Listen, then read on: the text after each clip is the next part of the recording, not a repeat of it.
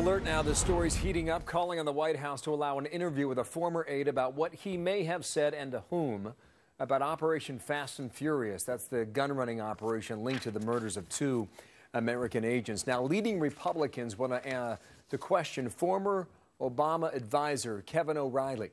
California Republican Darrell Issa with me now, chairman of the House Oversight and Government Reform Committee. And, sir, welcome back here to America's Newsroom. Do you believe this man advised the president about what was going on?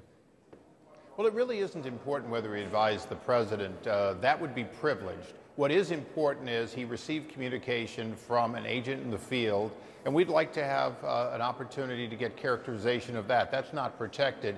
And there's a strong precedent for these individuals, former White House staff, and even current White House staff, such as Karl Rove, under certain circumstances being asked questions. In this case, we want to know about Fast and Furious, not necessarily about what the president was briefed on. So have you established that there was contact with this individual from someone with the ATF in the field? We do. We have an email chain. If that's the case, what would the field operator have told him?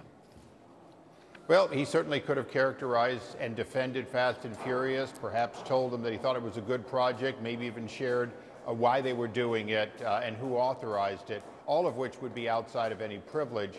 Understand, Bill, we don't know what we don't know, and this individual, Kevin O'Reilly's attorneys have said they will talk. The only reason they're not talking is the White House is ordering them not to, even though he's a former employee.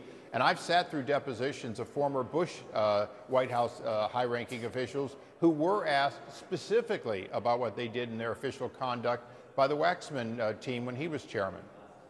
Kevin O'Reilly, right? Right now, Kevin O'Reilly. Yeah, he's doing work in Iraq at the moment.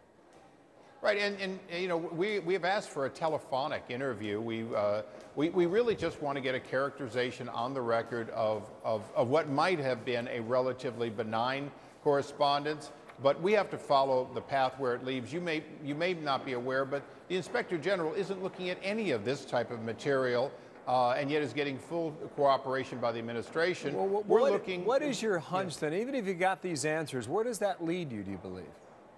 Well, we want to know who authorized this program at the political level, who knew about it, because as you know, Eric Holder has said he didn't know about it at all, and he's not held any of his high-ranking political appointees accountable for it. Well, Brian Terry's family is still not getting answers or prosecutions on those who brought about the death of their son or their brother. Okay, this is what the White House is saying. White House counsel is reviewing the letter and will respond as appropriate.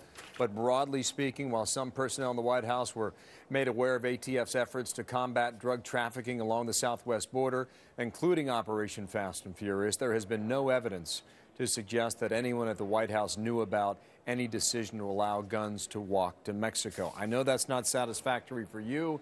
Others have stated that these guys were old friends catching up. You buy it? Well, if that's the truth, those will be the questions that will get answered. But understand that mealy-mouthed letter very carefully says there's been no proof. Not that it didn't happen, and it's certainly not a statement you can rely on. And remember, our committee on February 4th received an outright lie in a letter that was later retracted, and part of our investigation is to find out who led to Congress being lied to both in oral testimony and in a letter, and that's part of the stonewalling. They won't even answer questions about who provided us a letter that was patently false that had to be retracted after almost a year. The search continues for your answers. Darrell Issa, thank you for your time. Thanks, Bill. All right, thanks for coming back live.